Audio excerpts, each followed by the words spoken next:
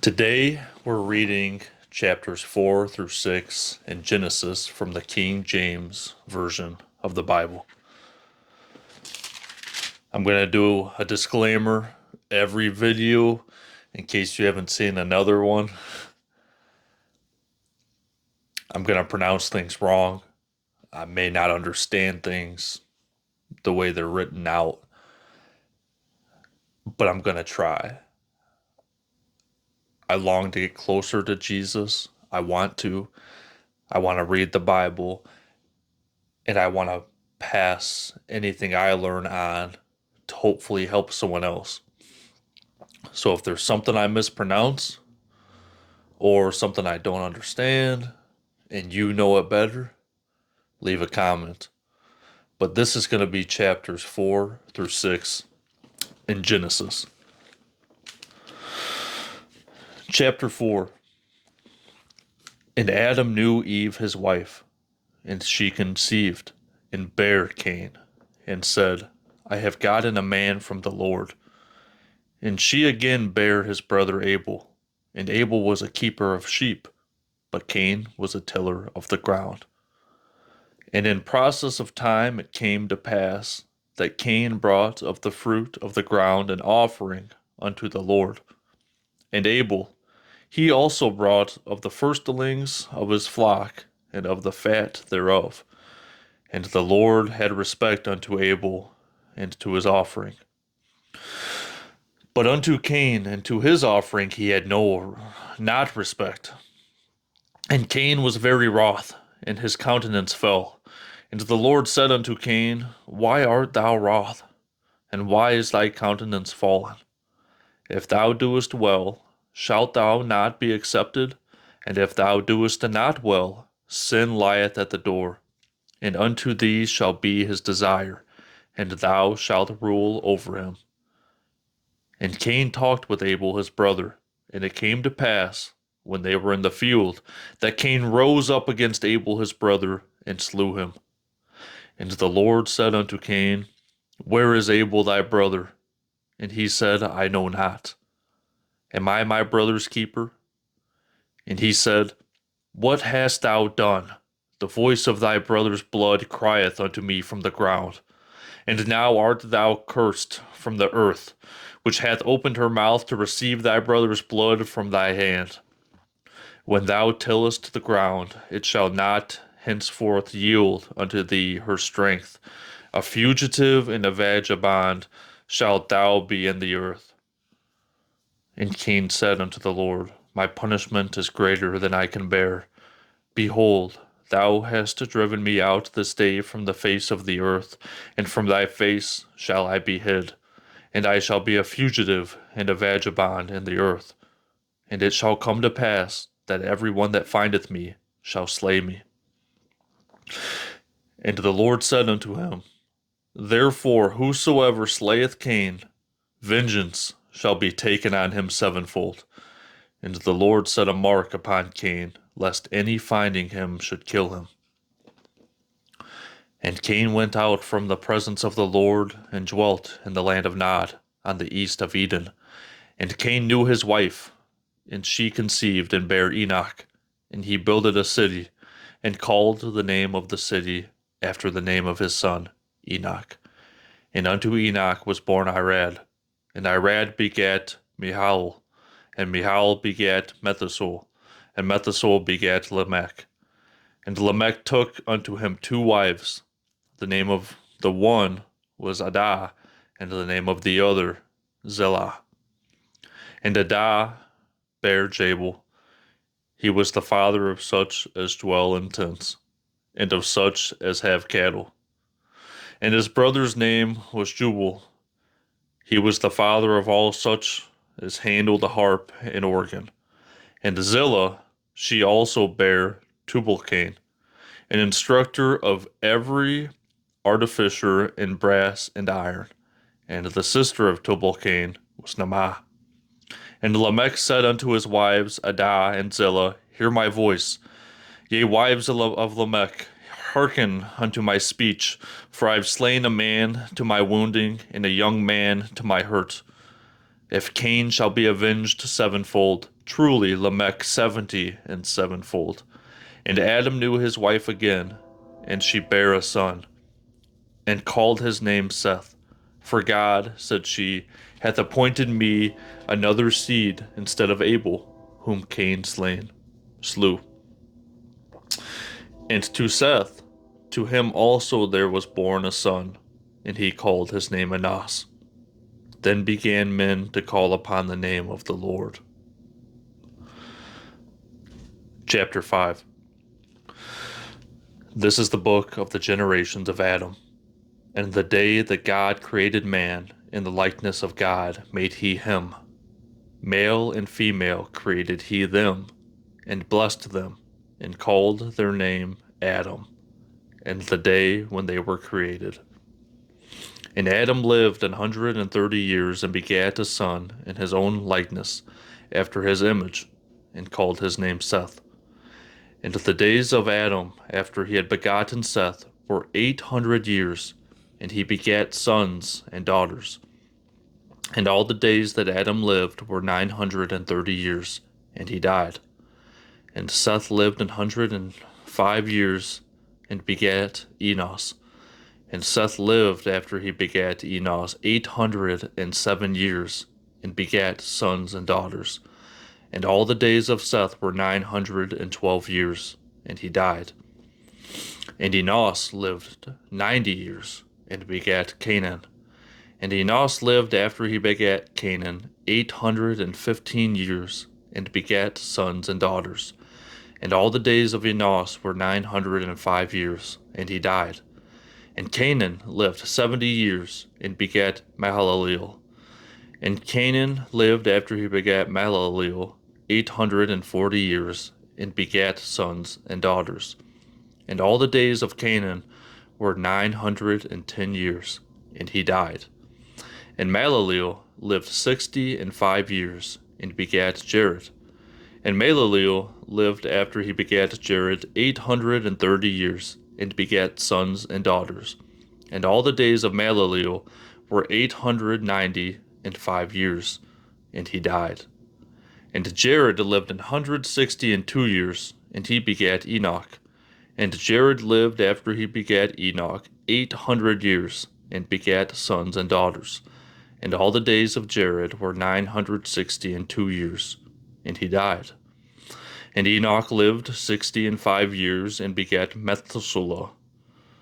And Enoch walked with God after he begat Methuselah 300 years, and begat sons and daughters.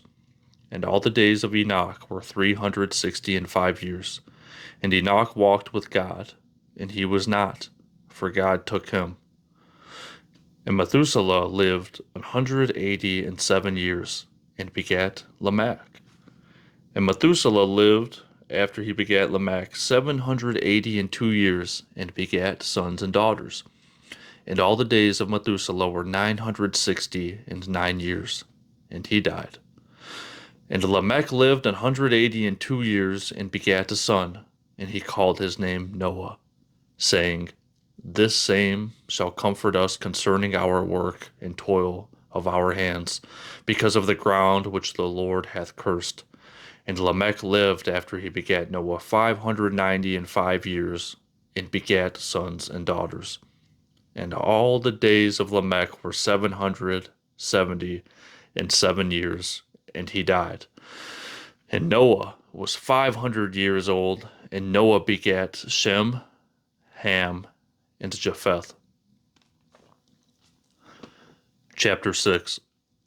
And it came to pass, when men began to multiply on the face of the earth, and daughters were born unto them, that the sons of God saw the daughters of men that they were fair, and they took them wives of all which they chose. And the Lord said, My spirit shall not always strive with man, for that he also is flesh, yet his days shall be 120 years. There were giants in the earth in those days, and also after that, when the sons of God came in unto the daughters of men, and they bare children to them, the same became mighty men which were of old, men of renown. And God saw that the wickedness of man was great in the earth, and that every imagination of thoughts of his heart was only evil continually. And it repented the Lord that he had made man on the earth, and it grieved him at his heart. And the Lord said, I will destroy man whom I have created from the face of the earth, both man and beast, and the creeping thing, and the fowls of the air, for it repenteth me that I have made them. But Noah found grace in the eyes of the Lord. These are the generations of Noah. Noah was a just man and perfect in his generations, and Noah walked with God. And Noah begat 3 sons, Shem, Ham, and Japheth. The earth also was corrupt before God, and the earth was filled with violence.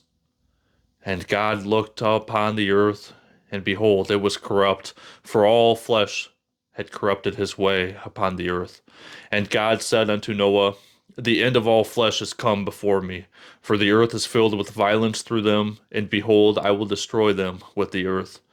Make thee an ark of gopher wood, room shalt thou make in the ark, and shalt pitch it within and without with pitch.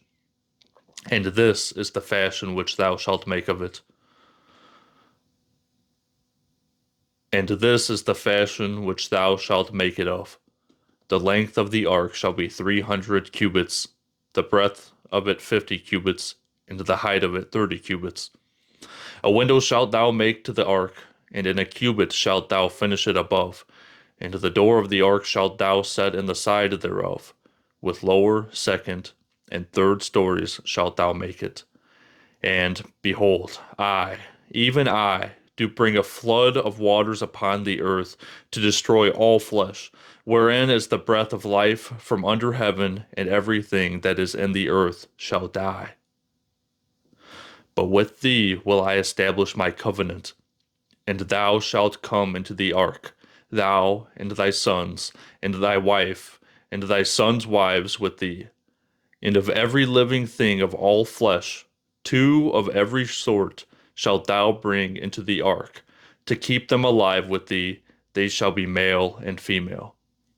Of fowls after their kind, and of cattle after their kind, of every creeping thing of the earth after his kind, 2 of every sort shall come unto thee, to keep them alive.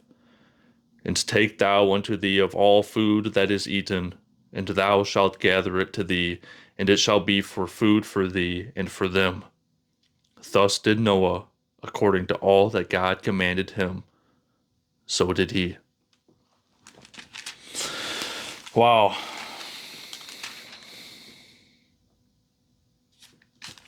So chapter 4 starts with Cain, the story of Cain and Abel. And that's a wild story. I have brothers, and as I read it, I think of what was that conversation they had. Because let me reread it again. I think it all happens, the conversation and death happens in one sentence, I believe. Let me find it. And Cain, so chapter 4, verse 8. And Cain, let me see. Yeah, okay, so, and Cain talked with, chapter 4, verse 8. And Cain talked with Abel his brother, and it came to pass, when they were in the field, that Cain rose up against Abel his brother, and slew him. And I'm just like, okay, so first time reading that, you just go, okay, so Cain talks with his brother, goes out to the field, and kills him. What is going on here? Yeah, okay, so, because I've heard the story before, and I've read it before, but still, each time I read it, especially this time, I don't know why, maybe because I'm trying to process and learn more about what I'm reading, and there's a lot in there. This is 3 chapters, and there's a lot I just don't understand.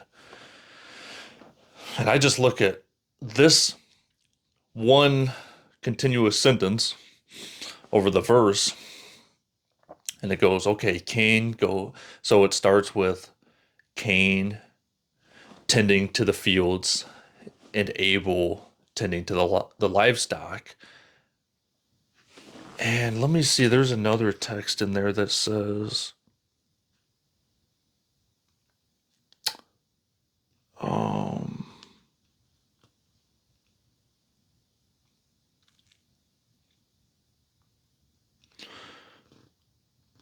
yeah, Cain. I thought it said something else, but so Cain tills the fields, Abel tends to the livestock. They give a gift to the Lord, and Abel is blessed from his gift more than Cain is. Which leads to their conversation, the brothers. And to me, that's just it's a wild thing. And I just wonder what they talked about. What hate was put into Cain's heart, what Abel said. Because you go from Adam and Eve in the garden, amazing world, I can imagine, right? Everything they could imagine they had, everything they could want. But they wanted more. And then they ate from the tree of knowledge. And then they got kicked out. And now we look at Cain and Abel. They have a field with plants to harvest. They have animals. They have a family. They're talking with God. And what do they want? Or at least we see what Cain wants. He wants more. And it's also a lesson of these dark desires of you wanting more come with a cost and a sacrifice. That sacrifice was his brother, and the cost was actually losing more than what he could ever gain. More, whatever he thought he was going to get, he lost way more than what he was ever going to gain, which is sad. And that leads to chapter 6, which talks about now there's all these daughters and the men and the lust and all of these sins across the world. And God says anything the mind can imagine they're doing, the flesh is corrupt. And God's ready to wipe out all of this flesh. And he's going to do that by ridding the earth of humanity. And Noah. Noah touches his heart, and God makes a covenant with Noah. Noah to bring his kids, his family, on a journey with him on the ark with two of every animal and every creepeth, everything that creeps the earth. But first, what does he have to do? He has to build it. And that's what we're going to get into next. Him building the ark and how much faith that would take. I do want to see, I think there was what it said about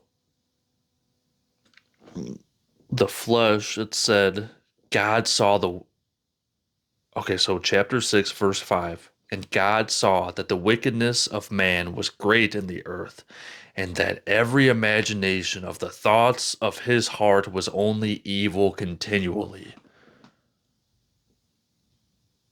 Mm. God saw. Oh man, yeah, that's intense. So once again, chapter 6, verse 5. And God saw that the wickedness of man was great in the earth, and that every imagination of the thoughts of his heart was only evil continually. And it repented the Lord that he had made man on the earth, and it grieved him at his heart. And the Lord said, I will destroy man whom I have created from the face of the earth, both man and beast, and the creeping thing, and the fowls of the air, for it repenteth me that I have made them. But Noah found grace in the eyes of the Lord. Wow, I can't imagine how the Lord was feeling when he created the heavens, the angels, the archangels, and Lucifer. Lucifer betrays him, is cast down, takes a third of all the angels with him, creates man in his own image, gives him Eve, gives him land, gives him animals.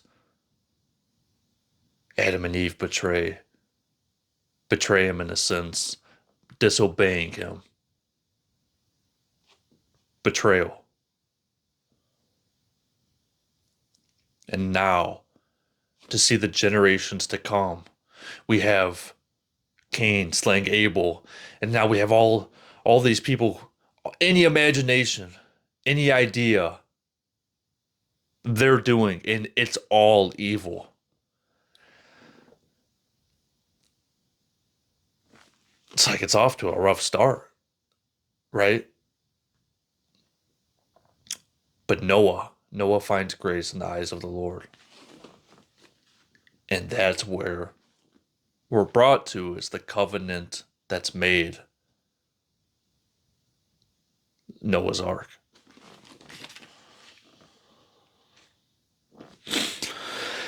Skipped over chapter 5 when we're talking so far, and chapter 5 was all the generations of Adam.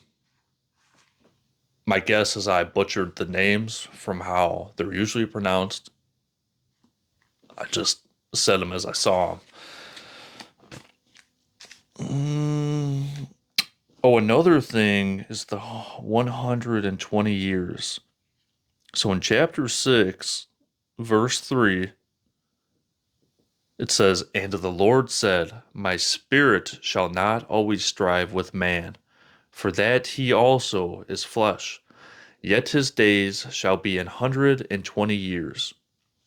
Now, before I read this, I had heard that the lifespan is limited to 120 years. I still looked into this because I was intrigued when it said, And the Lord said, My spirit shall not always strive with man. I didn't fully understand what that meant. I looked it up and I still don't fully understand what it means. But it got me looking into the 120 years. And there's some places that say that's the lifespan. We're limited to 120 years. If in chapter 5 you remember how it was saying all these people lived 800, 900 years, like hundreds of years. Well, the 120 years they're saying our lifespan was limited. It was brought way down. And that's why it's mentioned. The other thing, which I hadn't heard until I looked into it, was saying that it was going to be 120 years until the flood. So either way, I'm not sure. I don't know. But we'll have to see maybe when we get to that point, when the flood was, if it tells us. But the other one was, let me read it again. It says, Yet his days shall be 120 years. Meaning, in 120 years, people, oh, that's what it was talking about. Hold on, let me read it one more time. And the Lord said, this is chapter 6, verse 3. And the Lord said, My spirit shall not always strive with man, for that he also is flesh. Yet his days shall be 120 years. So that was another part to it, talking about the spirit not always being with man, all of this sin being committed, all these evil imaginations being brought out by man. And they would have 120 years to repent and go to God and find God again. and start living like Christ. And it was going to be limited to 120 years. So in 120 years being the flood, wiping out humanity, that's how long they have to get back with Christ. I will hit on something on chapter 5 I almost forgot. Because to me, I was like, oh, it's just all the history of the generations of Adam. But there was something, chapter 5, verse 2, it says, male and female created he them, and blessed them, and called their name Adam in the day when they were created. So, calling their name Adam, I was like, what does that mean? You're calling both of their names Adam? I was thinking like, well, maybe it's because it's one person, it's Adam, and then the woman was made from Adam, so is it still technically Adam? Like, is that what it meant? But I looked that up, and it said Adam is Hebrew for mankind. And Eve, then I looked into Eve because I was like, okay, if Adam is Hebrew for mankind, what does Eve mean if they all have meanings? And Eve is to mother or to bring life into. And the way I understand it, it meant Adam being mankind and Eve to bring life into, which man and woman brings life into the world through birth. So I found that fascinating. I was like, man, I never knew that. The stuff you learn from reading and looking into it. It's cool. I want to see if there's anything else.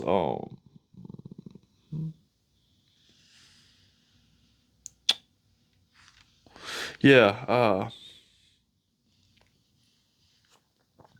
we're gonna get into. Oh, it does talk about the. Let me see. Because I hear about this in YouTube videos and conspiracy theories and whatnot, but it's about giants and Nephilim. Chapter 6, verse 4. There were giants in the earth in those days. And I'll just stop there because that's all. Well, hold on, let me keep going. Chapter 6, verse 4. There were giants in the earth in those days, and also after that, when the sons of God came in unto the daughters of men, and they bare children to them, the same became mighty men, which were of old, men of renown. I just wanted to hit on that because I have seen different things on the internet about giants roaming the earth in ancient times. And it says that right there in chapter 6, verse 4. So, that is chapters 3 through 6 of Genesis. Please, if you have more input, leave a comment. I've only done a few chapters, and there's still more I need to look into. Which, when you hear it, if you just hear it, it may not seem like a lot of info. If you just read something, if you just read the words. But when you try to find the meaning of what different words mean, and then putting those together and trying to find the messages and context, it really goes deep, every sentence. And I heard something recently saying to find Jesus in every sentence or in every chapter or every paragraph. To find Jesus. So, in each of your days, wherever you're at right now or whatever you're doing, find Jesus. And keep doing that until I come back and we start chapter 4.